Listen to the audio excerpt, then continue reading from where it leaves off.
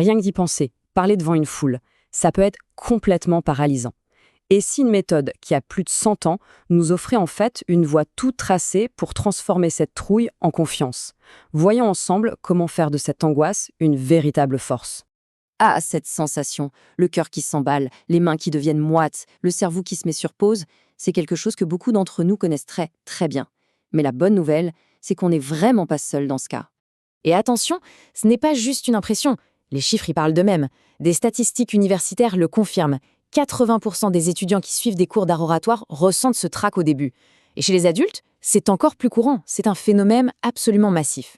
Et c'est ça le point le plus important à retenir. Avoir peur comme ça, ce n'est pas une tare, ce n'est pas une anomalie. C'est une réaction normale, profondément humaine, face à une situation qu'on perçoit comme un danger. On est en 1912, c'est l'année du naufrage du Titanic. Et c'est aussi là qu'un certain Dale Carnegie lance un cours qui va tout changer. Un cours dont les principes sont toujours aussi pertinents aujourd'hui.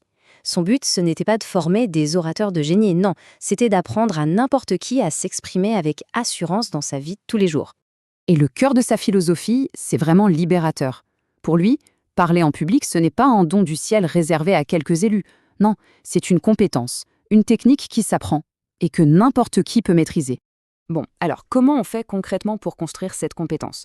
Carnegie a tout décomposé, en se concentrant d'abord sur ce qui se passe à l'intérieur, dans la tête, la préparation mentale. Voici donc les 4 piliers pour bâtir cette assurance de l'intérieur. D'abord, il faut comprendre sa propre peur. Ensuite, et c'est crucial, se préparer intelligemment. Puis, se projeter, visualiser le succès. Et enfin, agir comme si on avait déjà confiance en soi. De toutes ces étapes, il y en a une qui est absolument essentielle, la préparation. Sauf que, attention, il y a une erreur classique, un piège dans lequel presque tout le monde tombe. Et voilà toute la différence. D'un côté, il y a la mauvaise préparation. On apprend son texte par cœur. C'est le piège parfait. Ça rend le discours super rigide et au moindre trou de mémoire, tout s'écroule. Et de l'autre, il y a la bonne préparation. On organise ses idées, on structure ses pensées et on laisse les mots venir naturellement. C'est beaucoup plus souple. Et pour bien comprendre à quel point la mémorisation peut être un désastre, l'histoire de Vance Bushnell elle est parfaite pour ça. Imaginez un peu le tableau. Vance Bushnell, il est face à 2000 personnes. Il a mémorisé chaque mot de son discours. Mais une fois sur scène, sous les projecteurs, c'est le vide. Le trou noir total. Il panique, il recule et il tombe de la scène. L'humiliation est tellement énorme qu'il a essayé de démissionner le lendemain. En fait, cette citation d'Abraham Lincoln, elle résume tout parfaitement. La vraie confiance, elle ne vient pas de mots qu'on a appris par cœur, elle vient du fait d'avoir quelque chose de sincère, de profond à partager. Ok, donc, si on ne mémorise pas, qu'est-ce qu'on fait? D'où vient la matière du discours? On passe maintenant à la deuxième partie de la solution, celle qui concerne le contenu. Il existe une sorte de règle d'or, un secret tout simple mais incroyablement puissant pour trouver un sujet qui non seulement captive l'audience, mais qui donne aussi de l'assurance. La voici. C'est simple, non? Il faut parler de ce qu'on connaît, de ce que la vie nous a appris. Que ce soit par une expérience vécue ou par une étude qui nous passionne, c'est là que se trouve notre authenticité et notre légitimité. Et pourquoi ça marche si bien? C'est simple, c'est parce qu'un public, il se connecte à l'humain, aux histoires personnelles, aux difficultés surmontées, aux petites victoires. Les théories abstraites, ça endort. Les histoires vécues, ça captive.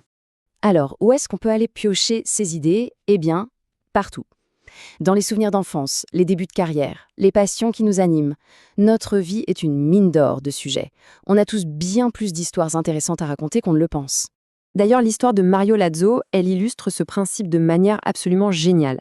C'était un avocat cubain qui n'avait jamais prononcé un seul discours de sa vie, jusqu'à un moment qui a tout changé. En seulement 3 semaines, c'est fou, Lazo est passé du gars terrifié à un orateur acclamé par le magazine Time. Son secret, il a simplement parlé d'un sujet qui lui tenait à cœur, qui venait de ses tripes. Il n'a pas récité un texte, il a partagé sa conviction. Et c'est son authenticité qui a tout fait. Ok, donc on a les principes pour l'état d'esprit, on a la source pour le contenu, mais savoir tout ça, ce n'est pas suffisant.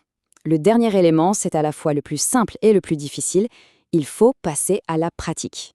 George Bernard Shaw, c'était un des orateurs les plus brillants de son époque. Mais il faut savoir qu'il était d'une timidité maladive quand il était jeune. Et cette citation, elle révèle la clé. Il faut accepter d'être maladroit au début, de ne pas être parfait et juste continuer. La clé, c'est donc de chercher activement la moindre occasion de parler. Intervenir dans une réunion, même pour dire une petite chose. Rejoindre une association. Prendre la parole à un dîner entre amis. Chaque prise de parole, c'est comme aller à la salle de sport. Ça renforce le muscle de la confiance. Et ça, cette idée de Theodore Roosevelt, c'est un peu la cerise sur le gâteau de la psychologie. C'est l'action qui précède et qui finit par créer le sentiment. En faisant semblant d'être confiant, on finit par le devenir vraiment. Au final, tout se résume à cette question. La peur est normale, notre vécu est notre meilleur atout. Le seul véritable obstacle, c'est de faire le premier pas. Alors, quelle est la première histoire, même toute petite, qu'on osera raconter ?